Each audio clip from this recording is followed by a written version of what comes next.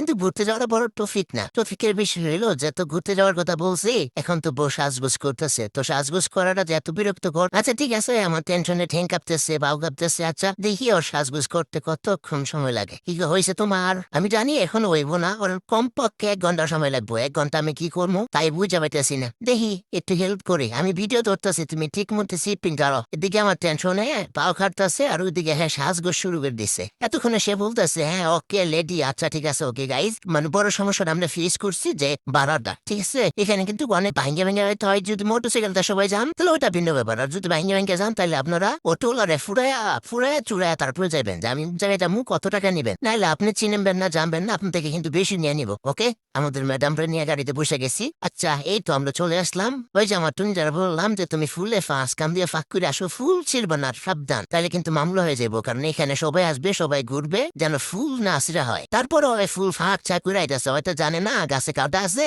পরে বুঝতে পারে যে হ্যাঁ এগুলোর মধ্যে কাটা আছে অনেক। ওকে আমরা চলে আসলাম, এটা হলো সেই কাঙ্ক্ষিত জায়গা। এত সৌন্দর্য উপভোগ করছি যে বলার বাহিরে, আপনার এখানে না আসলে বুঝতেই পারবেন না।